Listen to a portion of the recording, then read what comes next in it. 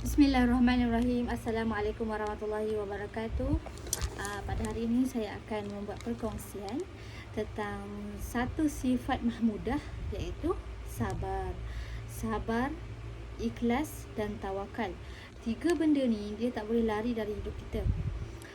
Sebabnya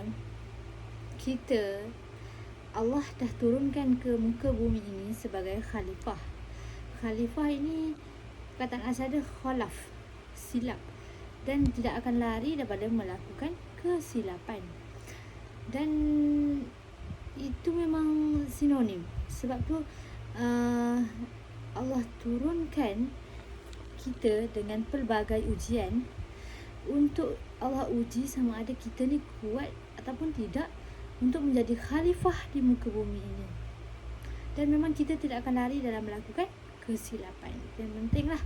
Tapi dengan kita melakukan kesilapan, kita bertaubat kembali kepada Allah SWT. Kata kunci sekarang ialah sabar, ikhlas dan tawakal. Orang yang Allah sayang sentiasa akan diuji.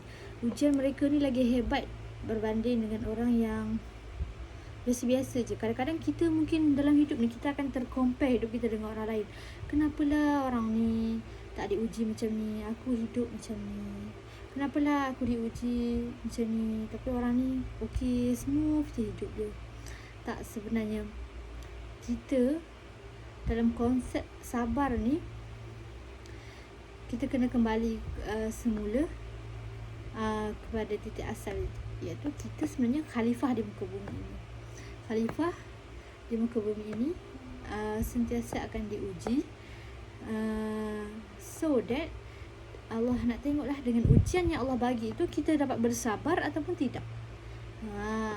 Dekat situlah juga titik permulaan kita. Dan ketika kita diuji, kalau kita tak bersabar, bagaimana kita nak mendapatkan syurga?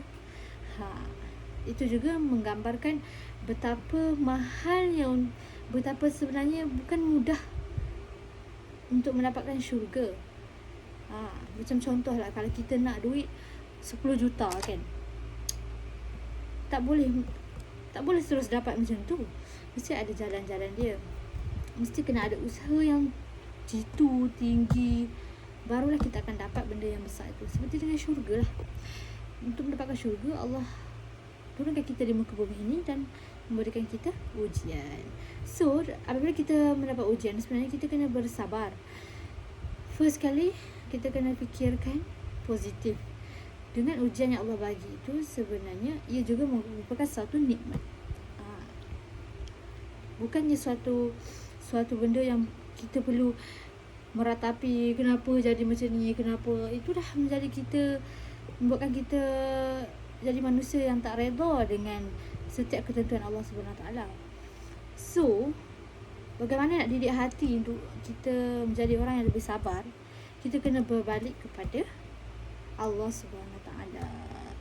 Kalau diri kita berjauhan dengan yang Maha Pencipta, yang mencipta hati kita, yang tahu segala rahsia hati kita, macam mana perangai kita, macam mana sifat kita. Kalau kita berjauhan dengan dia, mana mungkin sifat sabar, ikhlas dan tawakal tu akan muncul dalam diri kita. Konsep dia kembali kepada Allah SWT. Macam mana nak didik hati kita sabar dan tenang ketika menghadapi ujian? Yang first kali, kalau sis akan beristighfar banyak-banyak. Contoh, kalau kita kehilangan sesuatu yang benda yang kita sayang kan, kita sayang sangat. Contoh, benda tu ya Allah mahalnya, dengan kita beli mahal, tiba-tiba hilang. Sedih kan? Tipulah tak sedih, takkan gembira kan? Atau tu mula-mula kita kena istighfar, banyak istighfar banyak, Astaghfirullahalazim. Dan kita bermuhasabah diri balik dan mengatakan, sesungguhnya semua benda dekat dunia ni tak ada yang kekal pun dengan kita. Ia semuanya milik Allah. Yelah, walaupun handphone tu kita yang beli, contoh handphone lah, handphone tu hilang, kita yang beli, dan handphone tu manusia yang buat. Tapi asal usul kejadiannya, itu semua berbalik kepada Allah SWT. Dan kita kena fikir hikmah dia lah. Mesti ada hikmah yang terbaik yang Allah dah aturkan sebenarnya kenapa kejadian tu berlaku. Dengan beristighfar, dan yang paling penting kita kena berhusnuzan dengan Allah Subhanahu Taala. Kita kena pesan kebaik dengan Allah. Allah bagi aku ujian ni, Allah nak tinggikan darjat kita. Allah nak didik diri kita untuk lebih dekat kepada dia. Mungkin dengan ujian tu sebenarnya dia boleh mendekatkan diri kita kepada Allah Subhanahu Taala. Okey. Dan yang kalau cara nak mendekatkan diri dengan Allah Subhanahu Taala, waktu tu kita akan muhasabah diri dah. Kita akan bermuhasabah diri, ya Allah, apalah ujian yang banyak yang telah Kau uji aku ini. Sesungguhnya aku memang banyak dah jauh denganmu, dah lalai dengan segala nikmat yang Kau telah berikan tu. Tadi Allah tarik sekejap. Allah nak kita kembali kepada Dia yang Maha Pencipta. Jadi kat situ sebenarnya sabar tu dah kembali kepada ikhlas. Kita ikhlas dan redha menerima segala ujian kita hadapi.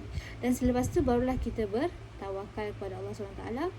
Kita minta kepada Allah SWT agar segala ujian yang Allah berikan itu ada hikmah yang terbesar yang kita tak nampak, dan hati kita pun redha untuk menerima segala ujian tersebut.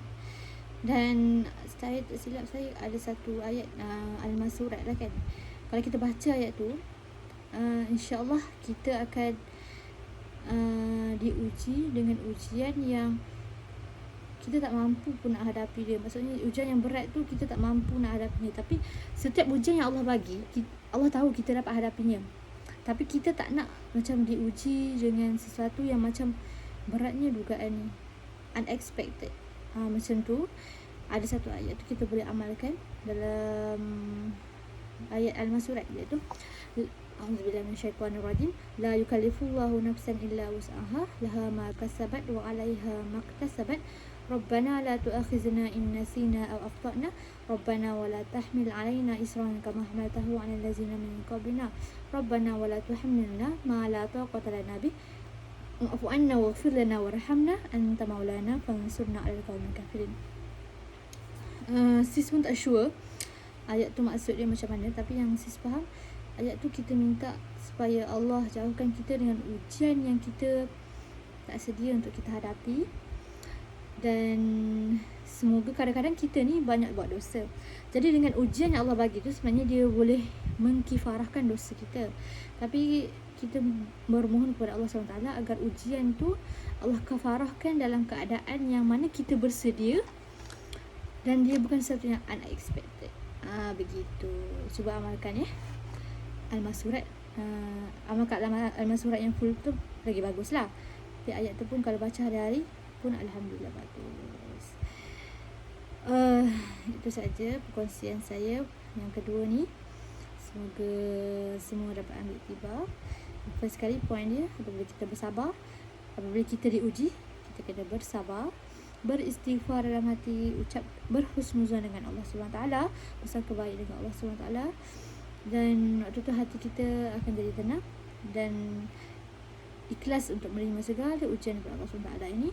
Dan last sekali kita tawakal kepada Allah SWT agar aturan ujian yang Allah berikan kepada kita ini memberi satu hikmah yang terbaik dalam hidup kita.